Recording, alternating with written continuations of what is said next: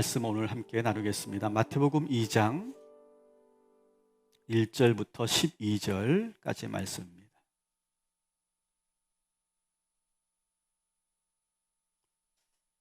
오늘은 대강절 몇 번째 주죠? 네 번째 주입니다. 대강절 마지막 주라고 볼 수 있겠죠. 이 대강절 마지막 주를 우리가 시작하면서 한 주간 우리가 어떤 마음으로 살아야 하는가, 우리가 함께 이 말씀을 함께 나누려고 합니다. 강단에 보시면 4개의 초가 모두 켜졌죠. 이제 마지막 주라고 하는 의미죠. 영상으로도 아주 은은한 초가 지금 빛을 내고 있는데, 우리가 이 초를 보면서 우리가 좀 경건한 마음으로 오늘 이 말씀을 들어주시면 좋겠습니다. 성경을 보면요, 성경에 보면 두 부류가 나옵니다. 두 부류가 나오는데, 첫 번째는 예수님 오시기를, 메시아 오시기를 간절히 기다렸던 사람과, 또 한 부류는 반대로 예수님이 오시는 것을 반가워하지 않은 사람들, 이렇게 나눕니다. 이걸 다시 말하면 예수님을 만난 사람들과 예수님을 만나지 못한 사람들로 나눠진다라고 하는 거예요. 그래서 오늘은 우리가 설교 제목도 여러분 아시는 것처럼 예수님을 만난 사람들은 어떤 사람이고 예수님을 만나지 못한 사람은 어떤 사람인지를 우리가 한번 묵상하는 시간을 갖도록 하겠습니다. 마태복음 2장 1절과 2절 말씀을 우리 한번 같이 읽도록 하겠습니다. 헤롯 왕 때에 예수께서 유대의 베들레헴에서 나시매 동방으로부터 박사들이 예루살렘에 이르러 말하되 유대인의 왕으로 나신 이가 어디 계시냐? 우리가 동방에서 그의 별을 보고 그에게 경배하러 왔노라 하니. 아멘. 자, 여기 헤롯 왕이 나오죠. 여러분, 우리가 헤롯 왕의 성경에 많이 나옵니다. 신약 성경에. 그 가운데 여기에 나오는 이 헤롯 왕은 누구냐? 헤롯 대왕을 말합니다. 헤롯 대왕. 자, 그러면 예수님께서 이제 공생의 활동을 하실 때의 헤롯 왕은 누굴까요? 똑같은 사람이 아니라 헤롯 안티파스라고 하는 왕입니다. 그의 아들이에요. 헤롯 대왕의 아들. 그러면 사도 바울이 만났던 헤롯 왕은 누굴까요? 제가 분명히 사도행전 강해 때 말씀드렸었는데 헤롯 아그리파 2세입니다. 그러니까 성경에 헤롯 왕이 많이 나오지만 그 시대별로 그 헤롯 왕이 다르다라고 하는 겁니다. 자, 헤롯 대왕이 이스라엘 왕위에 있었을 때 누가 방문합니까? 동방 박사들이 방문합니다. 방문해서는 뭐라고 얘기하냐면, 지금 당신의 나라에 왕이 태어나지 않았습니까? 라고 묻는 거예요. 헤롯 대왕은 상당히 놀랍니다. 당황합니다. 지금 자기 궁에는 아무 일도 없거든요. 왕자가 태어나지도 않았거든요. 그런데 동방 박사들이 뭘 보고 왔는지, 이 당신의 나라에 왕이 태어났다고 하니까 지금 상당히 당황스러워하고 있어요. 이 동방 박사들은 별을 관측하는 사람들이었거든요. 별을 관측하는 사람들. 요즘엔 점성가 그렇게 말하지만 그 당시에는 점성가라고 우리가 얘기하면 안 되고, 정말 그들은 그 당시에 최고의 학문을 연구하는 그런 박사들이에요. 정말로 지혜자들이라고도 합니다. 근데 그들이 아주 그 예사롭지 않은 그런 별을 쫓아 오다 보니까 지금 이 유대 땅으로 온 거예요. 그리고 왕이 태어날 별이기 때문에 당연히 궁에서 무슨 일이 있나 보다 생각하고 당연히 예루살렘 궁으로 찾아온 것이고 헤롯 왕을 만난 거였어요. 그런데 이 헤롯 왕과 그 예루살렘의 백성들은 이 왕이 태어났다는 소식을 듣고 좋아하는 것이 아니라, 우리 2장 3절을 봅시다. 그렇게 돼 있어요. 헤롯 왕과 온 예루살렘이 듣고 어떻대요? 소동이 일어났대요. 소동이. 단순히 어떤 시끄러운 그런 일이 일어난 것이 아니라 충격을 받았다는 거예요. 성 전체가, 도시 전체가 지금 소란이 일어나고 충격에 빠져 있는 상황인 거예요. 여러분, 이야기가 이상하게 흘러가고 있는 것을 여러분 느끼시죠? 좋은 소식이 들렸는데 헤롯 왕과 이 예루살렘에 살고 있는 사람들은 좋아하기는커녕 오히려 더 심각해졌다는 거예요. 여기저기서 웅성웅성 소리가 나기 시작해요. 이게 무슨 일이야? 어떻게 된 일이야? 막 그렇게 웅성웅성거리기 시작해요. 그래서 헤롯 대왕은 긴급하게 대제사장들과 서기관들, 바리새인들을 소집합니다. 성경을 가장 잘 알고 있는 그 전문가들을 소집합니다. 그래서 4절에 보니까 이렇게 묻습니다. 지금 그리스도가 어디서 태어났겠느냐? 이렇게 물어요. 근데 이 바리새인과 서기관들은 성경 박사잖아요. 그 사람들은 성경 몇 장 몇 절 하면 탁탁탁 나오는 그런 사람들이에요. 왕이 그렇게 질문하니까 그리스도요? 그러면서 바로 대답을 합니다. 그게 바로 5장 5절부터 2장 5절부터 6절까지 이렇게 대답을 하죠. 같이 우리 5절 6절 읽겠습니다. 이르되 유대 베들레헴이오니 이는 선지자로 이렇게 기록된 바 또 유대 땅 베들레헴아 너는 유대 고을 중에서 가장 작지 아니하도다. 내게서 한 다스리는 자가 나와서 내 백성 이스라엘의 목자가 되리라 하였음이니이다. 아멘. 자, 이 말씀은요, 그냥 자기들이 한 말이 아니라 미가 선지자가 했던 말씀을 그대로 인용하는 거예요. 미가서 5장 2절의 말씀을 그대로 인용합니다. 진짜 박사들인 거죠. 바로 탁탁 답이 나옵니다. 정확하게 예측을 합니다. 베들레헴입니다. 헤롯은 그 말을 듣고 동방 박사들에게 다시 가서 먼저 베들레헴으로 가셔서 거기서 왕을 경배하시고 다시 돌아와서 상황이 어떤지 저희들에게 이야기해 주십시오. 이렇게 정중하게 말을 합니다. 그런데 동방 박사들이 눈치가 빠르잖아요. 낌새가 이상한 거예요. 그래서 베들레헴으로 가서 그 새롭게 태어난 아기 예수를 경배하고 다시 돌아가지 않고 자기 나라로 가버립니다. 여러분 참 이상하죠? 유대인의 왕이 태어났고 그곳이 베들레헴이라고 하는 것도 정확하게 지금 알고 있는데 이 예루살렘에 살고 있는 왕과 바리새인과 대제사장들과 서기관들과 이 도시에 살고 있는 백성들은 그 누구도 예수님을 만나러 가지 않았다는 거예요. 왜 그랬을까요? 우리가 한번 그 사람들의 면면을 한번 살펴볼 필요가 있어요. 여러분 사실 헤롯 왕의 입장에서 유대의 새로운 왕에 태어났다는 이 소식은 굿뉴스가 아니죠. 나쁜 뉴스입니다. 왜 그러냐면 이 헤롯 대왕은요 아주 뿌리 깊은 그런 열등감을 가지고 있어요. 어떤 열등감이냐? 그는 순수 유대 혈통이 아니었어요. 그는 에돔 출신입니다. 에돔 출신. 그래서 실제로 헤롯 대왕이 왕이 되었을 때 많은 유대인들이 그를 왕으로 인정하지 않아요. 순수 유대 혈통도 아닌데 무슨 우리의 왕이 되겠다고 인정하지 않으려고 하는 그런 움직임들이 있었어요. 그래서 이 헤롯 대왕은 늘 마음속에 그런 출신에 대한 열등감이 있었고 그 열등감을 극복하기 위해서 어떤 일을 했냐면 정말 순수 유대 혈통의 귀족의 딸과 결혼을 합니다. 그게 미리암네라고 하는 여인이에요. 순수 혈통의 아내와 결혼을 함으로 인해서 자기의 컴플렉스를 해소하려고 하는 그런 의도가 있었던 거죠. 그리고 그 둘 사이에서 두 아들을 낳습니다. 근데 이 헤롯 대왕의 이 열등감은요, 단순한 게 아니었어요. 대단히 심각한 열등감이었어요. 왜 그랬냐면 두 아들이 태어났잖아요. 여러분 얼마나 사랑스러울까요? 그죠? 그런데 이 아이들이 점점 자라면서 이 왕이 두려움을 갖기 시작합니다.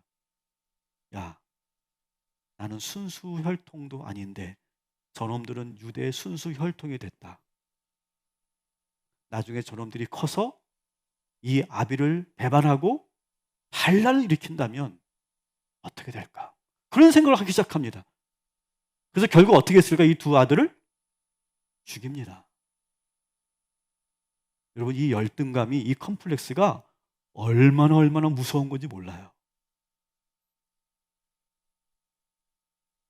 그런 사람이니까 지금 베들레헴에서 왕이 태어났다고 하니까 여러분, 이 소식이 절대로 좋은 소식일 수가 없잖아요. 이 권력에 대한 욕심이 얼마나 강하고 그 집착이 얼마나 강한 사람인지 우리는 알고 있잖아요.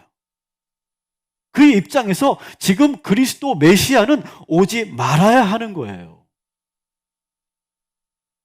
헤롯 왕은 동방 박사들을 다 돌려보내고 나서 비상체제에 돌입합니다.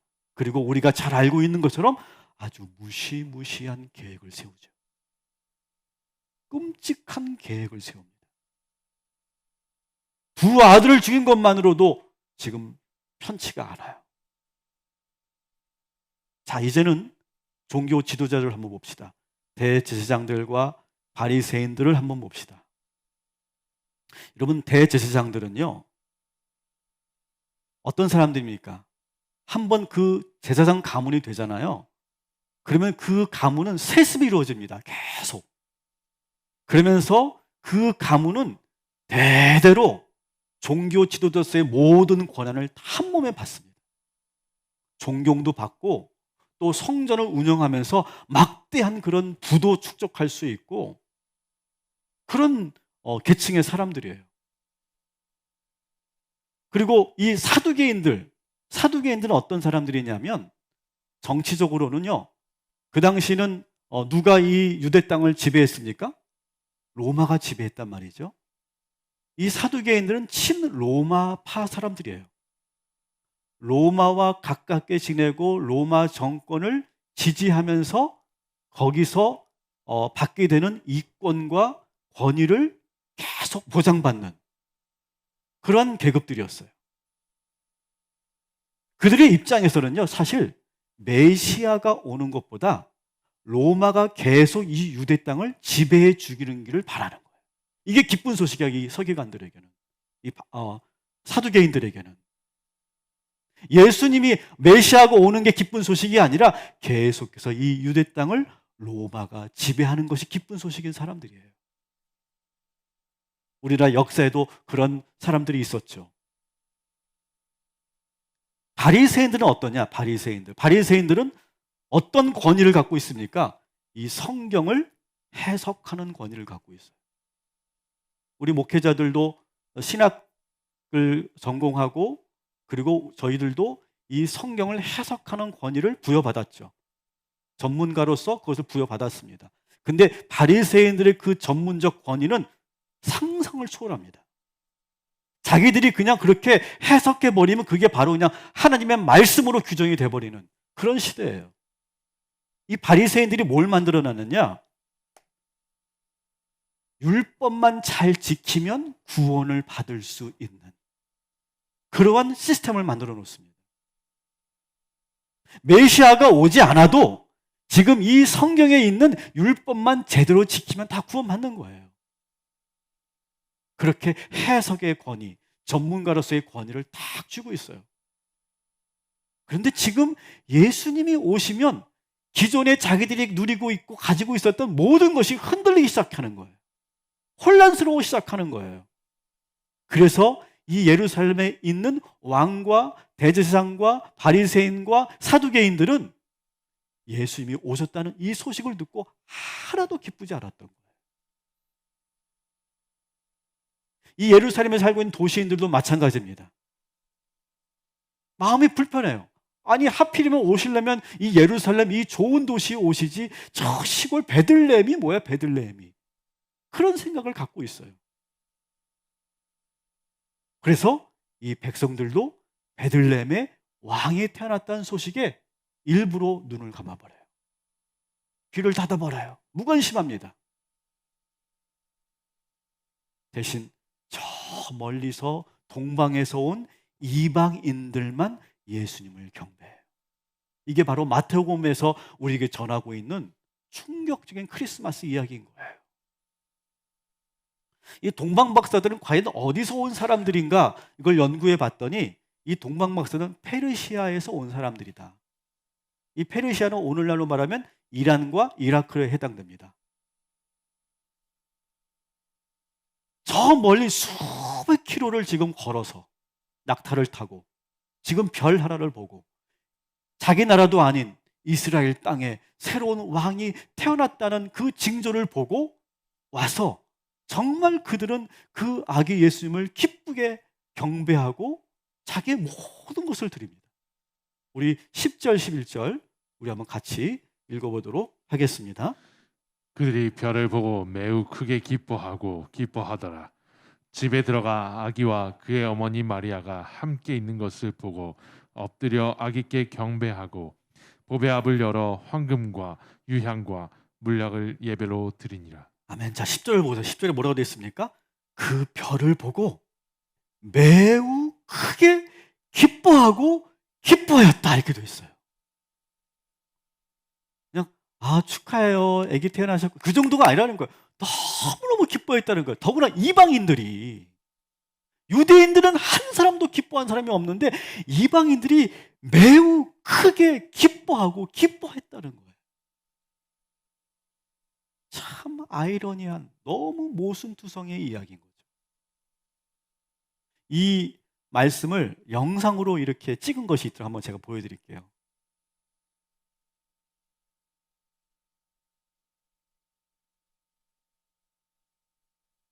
지금 황금과 유황과 모략을 동방박사들이 마리아와 요셉에게 드리고 막 기뻐하는 모습이죠. 아기는 막 울고 있네요. 그죠? 너무너무 기뻐하고 귀하게 생각하는 그 동방박사들의 그 표정을 한번 여러분 잘 보십시오. 이제 절 보세요. 이렇게 기뻐해야 되는데 정작 유대인들은 아무도 기뻐하지 않더라는 거예요.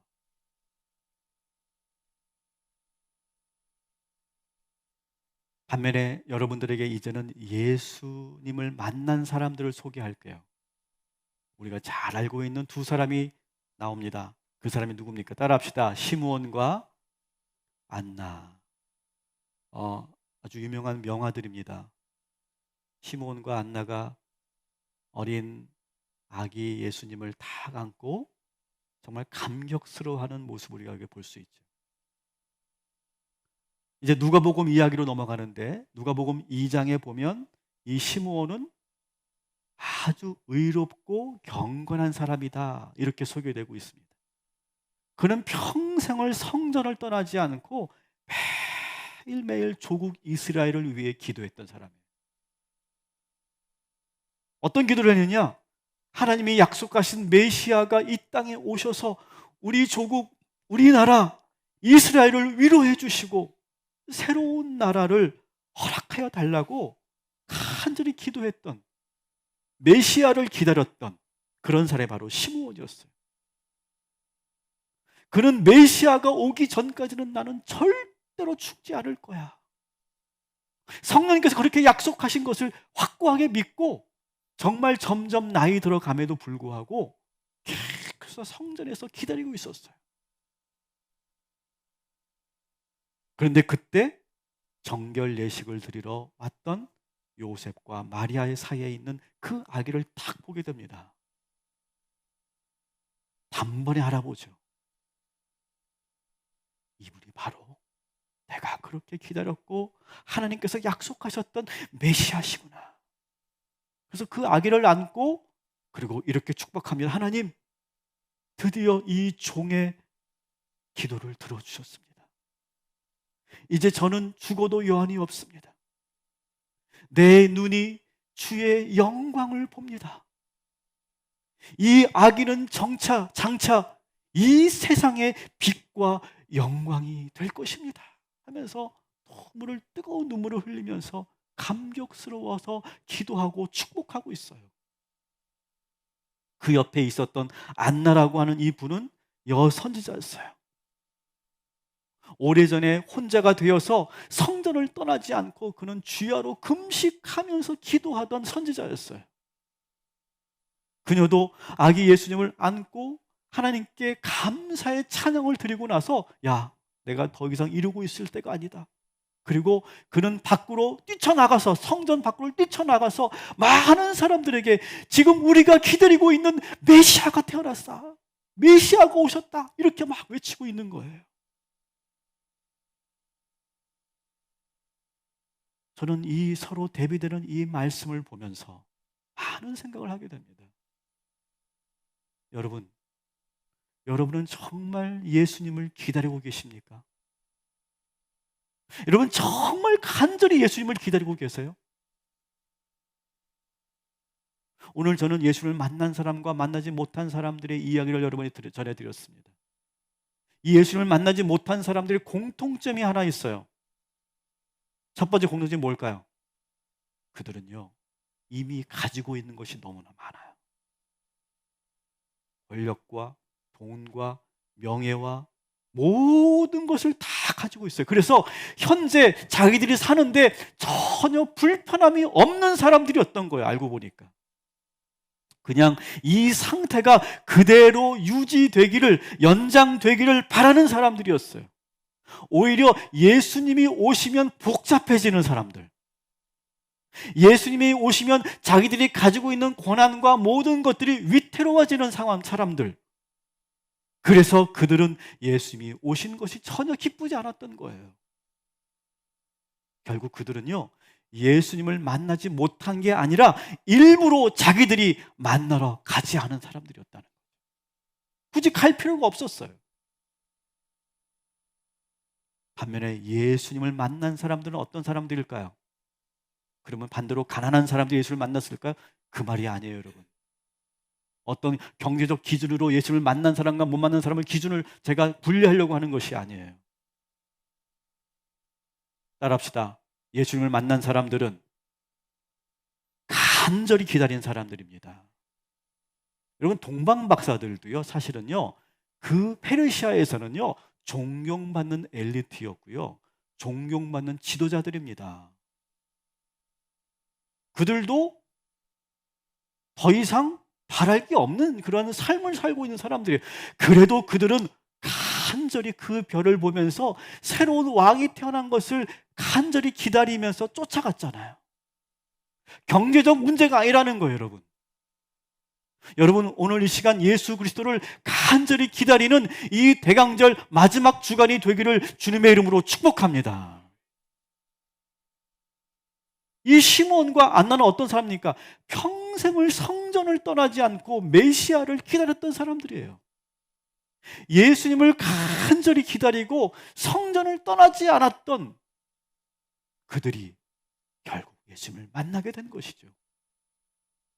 여러분, 우리가 이 성탄절을 우리가 준비하고 기다리면서 여러분 성전을 떠나지 않고 예배를 떠나지 않는 저와 여러분이 되기를 주님의 이름으로 축원합니다. 여러분, 이 은혜의 자리에 있어야 예수를 만나지 않겠어요? 여러분, 저 멀리 여행 가서 거기서 예수를 만날 수 있겠습니까?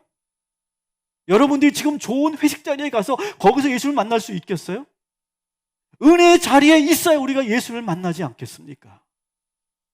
여러분, 성탄절을 우리가 기다리면서 정말 이 동방박사들이 저 하늘의 별을 바라보면서 수백 킬로를 따라왔던 것처럼 여러분들 하루하루를 예수님을 기다리는, 마치 어린아이들이 성탄절을 기다립니다. 산타크로스 할아버지가 선물 주실 날을 기다리는 거죠. 저도 어릴 때 그거 해봤어요. 달력에다 이거 하나하나 지우는 거. 저도 해봤어요, 정말. 물론 7살 때 이미 산타가 없다는 걸 알았지만. 여러분, 한 주간 그렇게 월화수목금 한 주간 매 순간을 예수님 오시기만을 간절히 기다리는 저와 여러분이 되기를 주님의 이름으로 축원합니다. 그리고 그들은 예수를 만나고 나서 어떻게 됐다고요? 너무너무 기뻐했다는 거예요.